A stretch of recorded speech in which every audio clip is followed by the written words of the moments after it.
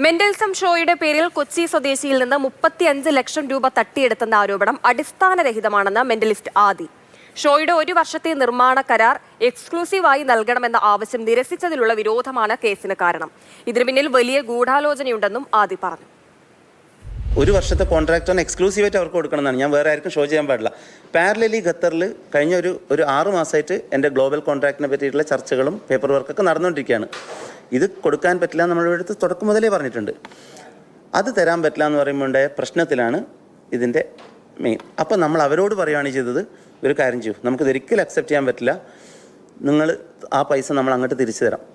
ആ തീരുമാനപ്രകാരം 6 മാസം സമയം പറയുന്നു. അത് അങ്ങനെയാണ് എൻ്റെ രീതിയും തോന്നുന്നു. അദ്ദേഹം പറഞ്ഞു 1 വർഷം എടുത്താലും കുഴപ്പമില്ല, എൻ്റെ പൈസ ഫുള്ള് കിട്ടണം. നിങ്ങൾ ആലോചിക്കൂ, 1 കോടി രൂപ ഒരു സിനിമയ്ക്ക് ഇൻവെസ്റ്റ് ചെയ്തിട്ട് 5 ലക്ഷം രൂപയാണ് ആ സിനിമ കളക്ട് ചെയ്തതെങ്കിൽ 15 ലക്ഷം രൂപ ആർട്ടിസ്റ്റ് അല്ലെങ്കിൽ ഡയറക്ടറോ ആർട്ടിസ്റ്റോ ഒരാളും കൊടുക്കേണ്ടതല്ല. ലാഭവും നഷ്ടവും സഹിക്കാനാണ് പ്രൊഡ്യൂസേഴ്സ്. പക്ഷേ പ്രൊഡ്യൂസർ എന്നല്ല, ഇദ്ദേഹത്തിന് നമ്മുടെ പേരിൽ സിവിൽ കേസ് പോരായിരുന്നു, ക്രിമിനൽ കേസ് വേണമായിരുന്നു.